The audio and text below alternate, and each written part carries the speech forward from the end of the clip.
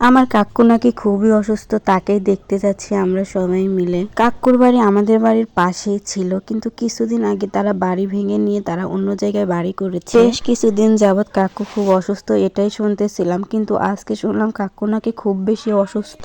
তাই ঝাঁক বেঁধে সবাই আমরা রওনা দিয়েছি কাকুর বাড়ির উদ্দেশ্যে। হ্যালো গাইস, আসসালামু আলাইকুম, কেমন আছেন সবাই? আই হোপ সবাই ভালো আছেন। আলহামদুলিল্লাহ, আপনাদের দোয়া এবং ভালোবাসায় আমিও ভালো আছি। সবাইকে এসএস সিজিয়া ডেইলি ব্লগে স্বাগতম। শুরুতেই একটা কথা বলে রাখি, বেশ কিছুদিন যাবৎ ঠান্ডা এত পরিমাণ পড়ছে, আমার অতিরিক্ত ঠান্ডা লাগার কারণে আমি ভয়েস ওভার দিতে পারছি না এতক্ষণে। সেটা হয়তো আপনারা আমার কণ্ঠ শুনে বুঝতে পারছেন, তবে কিছু মনে করবেন না, ভয়েসের দিকে খেয়াল না দিলেই ভালো। বেশ কিছুদিন যাবৎ মনটা খুবই খারাপ, এর কারণ হচ্ছে অতিরিক্ত শত্রু হয়ে গিয়েছে আমার। আল্লাহর কাছে সবসময় প্রার্থনা করি আল্লাহ যেন এই অবুঝ মানুষগুলোকে হেদায়েত দান করে। ছোট্ট এই জীবনে আমরা কিন্তু কেউই চিরস্থায়ী নয়, এইটা মাথায় রাখতে হবে। জীবন একটাই, তাই অন্যর পিছনে পড়ে না থেকে নিজের জীবন নিজে উপভোগ করা আমার মনে হয় বুদ্ধিমানের কাজ। পরিশেষে একটা কথাই বলি, আমি যদি কোনো ভুল ত্রুটি করে থাকি আপনারা আমাকে ক্ষমার দৃষ্টি দিয়ে দেখবেন। যাই হোক, মূল আলোচনায় আসি। আমার কাকু হচ্ছে আমার আব্বুর চাচাতো ভাই। তিনি হচ্ছে আমাদের এলাকায় অনেক বড় একজন মাওলানা, মানে তার উপরে আমাদের এলাকায় কোনো ভালো হাফেজ বা মাওলানা নেই।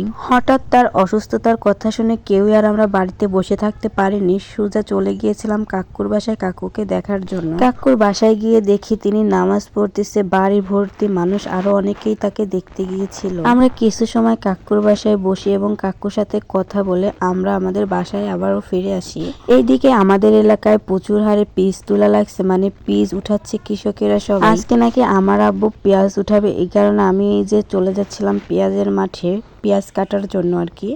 আপনাদের কাছে তো একটা বিষয় শেয়ার করাই হয়নি, গতকাল থেকে আমি আমার কলেজে যাওয়া স্টার্ট করেছি। আপনারা প্রতিনিয়ত আমার কলেজে যাওয়ার ভিডিও দেখতে পাবেন। আপনারা সবাই আমার জন্য দোয়া করবেন, আমি যেন ঠিক মতো লেখাপড়া করে মানুষের মতো মানুষ হতে পারি। আর এই যে আপনারা দেখতে পাচ্ছেন আমার বোন, এটা শুধু আমার বোন না, এটা হচ্ছে আমার মাথার উপর একটা ছায়া। এই মানুষগুলোর একটাই চাওয়া আমি যেন সবসময় ভালো থাকি, আমার ভালোর জন্য তারা সবকিছু করতে পারে। জীবনে কত ভুল করেছি, কত তাদের মনে আঘাত দিয়ে কথা বলেছি, কিন্তু কখনোই তারা আমাকে কষ্ট দেয়নি। আমি সবসময় শুকরিয়া আদায় করি, আলহামদুলিল্লাহ আমার দুইটা বোন আছে। এই দুজন বোন হচ্ছে আমার কাছে আল্লাহর দেয়া সব থেকে সেরা উপহার। এই দুজন মানুষকে আমি আমার কান্নায় হাহাকার করে কান্না করতে দেখেছি। কত মানুষকে বোনের মতো বললাম, কত মানুষকে বোন বললাম, তবে আপন বোনের মতো বোন পৃথিবীতে আর কেউ হয় না। বোন তো বোনই হয়। বোনকে যদি আঘাত দিয়ে কথাও বলি, বোন কখনো সেই কথাটা মনে রাখে না।